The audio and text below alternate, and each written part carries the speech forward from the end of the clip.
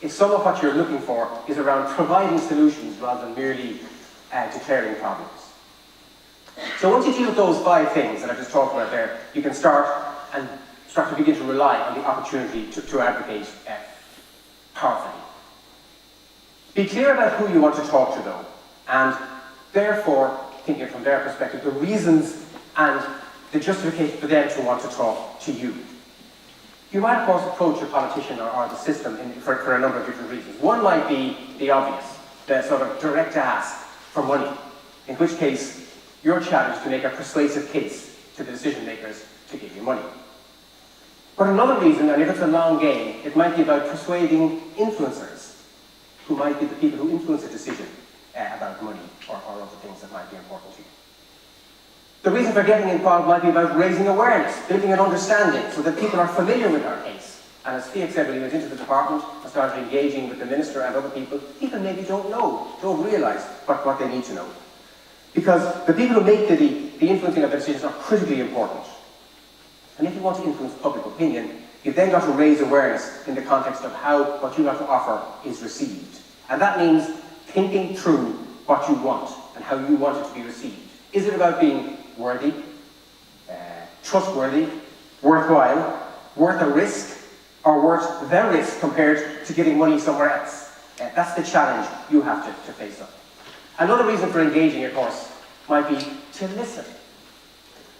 Now, sometimes sectors are challenged by that particular one. Because if you listen sometimes as part of your engagement process, you then get to understand where the decision makers or the influencers are coming from.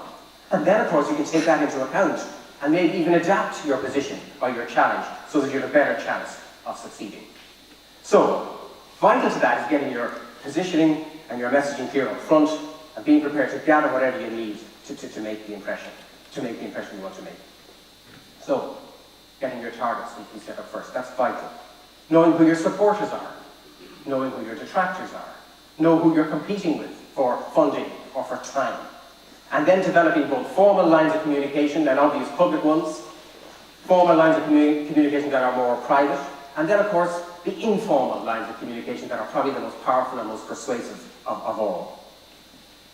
And critically, as I said a moment ago, you must approach the audience you want to talk to from their perspective. And it is, in my view, the most essential ingredient to effective case making. Let's talk about politicians for a moment, and think about them in the context of their constituency. And by that I don't just mean the geographic one, although that's very, very important, but also the demographic one, the ideological one, or the pragmatic constituency that they operate in. Because all of those aspects have a role to play, and you ignore them at your peril. If you make your case only from your own perspective, it then becomes no more than collective whining. And most politicians will listen politely to you, by the way, offer kind words, an occasional platitude, and then do nothing. And they're very, very good at doing that. If you make your case, however, from the perspective that plays to the politician's own agenda, the politician's reputation, the politician's profile, then you give yourself a real chance. And be absolutely clear about that, and it's not a surprise to anybody. But you've got to play to that, you've got to leverage that. A lot of time, of course, and a lot of decisions get actually made, not just by the politicians, but by, let me call it official Ireland. And Mary, with due respect, as part of official Ireland here. Public or civil servants working in government, departments or agencies are immensely powerful people. And at a time like this, when the political system is effectively in paralysis, they're probably even more powerful on the one hand than in times when the politicians are on the back of a big electoral enthusiastic sway behind them. The other problem, of course, at a time like this is that politicians are actually less likely to make decisions. And therefore, the official government, the permanent government, is holding in a holding pattern, holding the whole thing together. But it's a great time to start influencing. A British peer, Lord Samuel, referred to the civil service as finding a difficulty for every solution. But that's a little unkind. The great essayist William Hazlitt did remark, and I think this is really true, a situation, I think it's Old English for a job, a situation in public office is secure, but laborious and mechanical, and without the two great springs of life, hope and fear. Now, the arts, as a sector, as a community, can play to both hope and to fear. And that is really important to the politicians, and it's very, very important to the citizens. So our challenge is to plug into that. But whether dealing with politicians or officials, you need to establish where are they coming from and what matters to them. And how can we get what we want by meeting their agendas, their priorities, and take account of their personal prejudice sometimes, as the GAA did with Bertie Ahern. Their personal interest, their bias, whether positive or indeed negative. I do some work with the horse racing industry, and when Martin Cullen came into the department after John O'Donoghue and his predecessor, they had a big problem because Martin Cullen didn't like horse racing, but the other guys did. So you've got to think about that. And that means you've got to organise your team to play to that agenda. I'm a rugby fan, so I'll just change it. So if you're going to get in against a bunch of front row forwards, well then line up another bunch of front row forwards to face them down.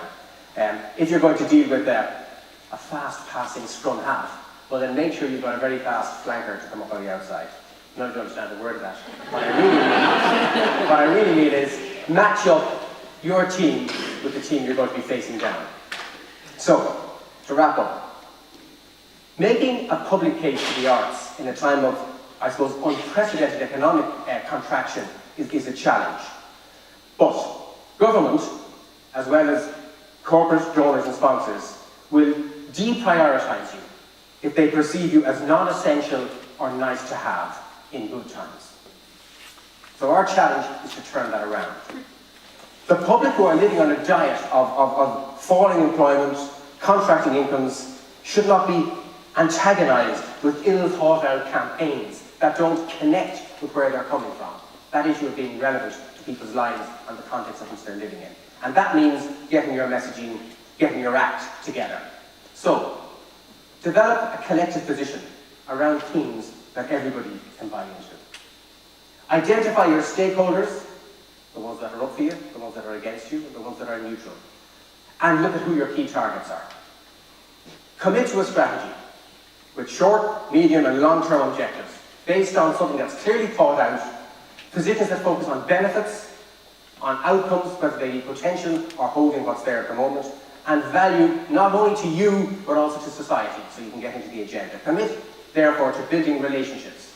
And if you do nothing else, but do, as both Mary and Charlie have talked about, which is, and Fiach also, about connecting with politicians at every single level, that's an absolute crucial starting point. Because if you're not committed to what is an unstoppable process of communication, both directly and on a broader scale, to build understanding, awareness and appreciation of what you do, then you've no chance of winning.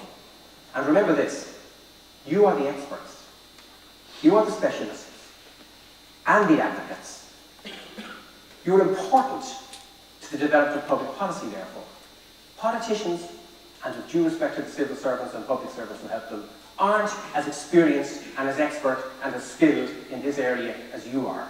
And therefore, you can not only be a beneficiary of good policy, but you'll also be a contributor to it. And if you set yourself up that way, well then that's playing to the agenda of the people who make public decisions. If you adopt this, you have a better chance of making and getting through a public case for the arts as something that's inevitably to be pursued, rather than as a luxury. I found a quote from the actor Shelley Winters, and I'll just end with this. Every now and then, when you're on stage, you hear the best sound a player can hear. It's a sound you can't get in movies and television. It's the sound of a wonderful, deep silence that means you've hit them where they live. Go hit them where they live.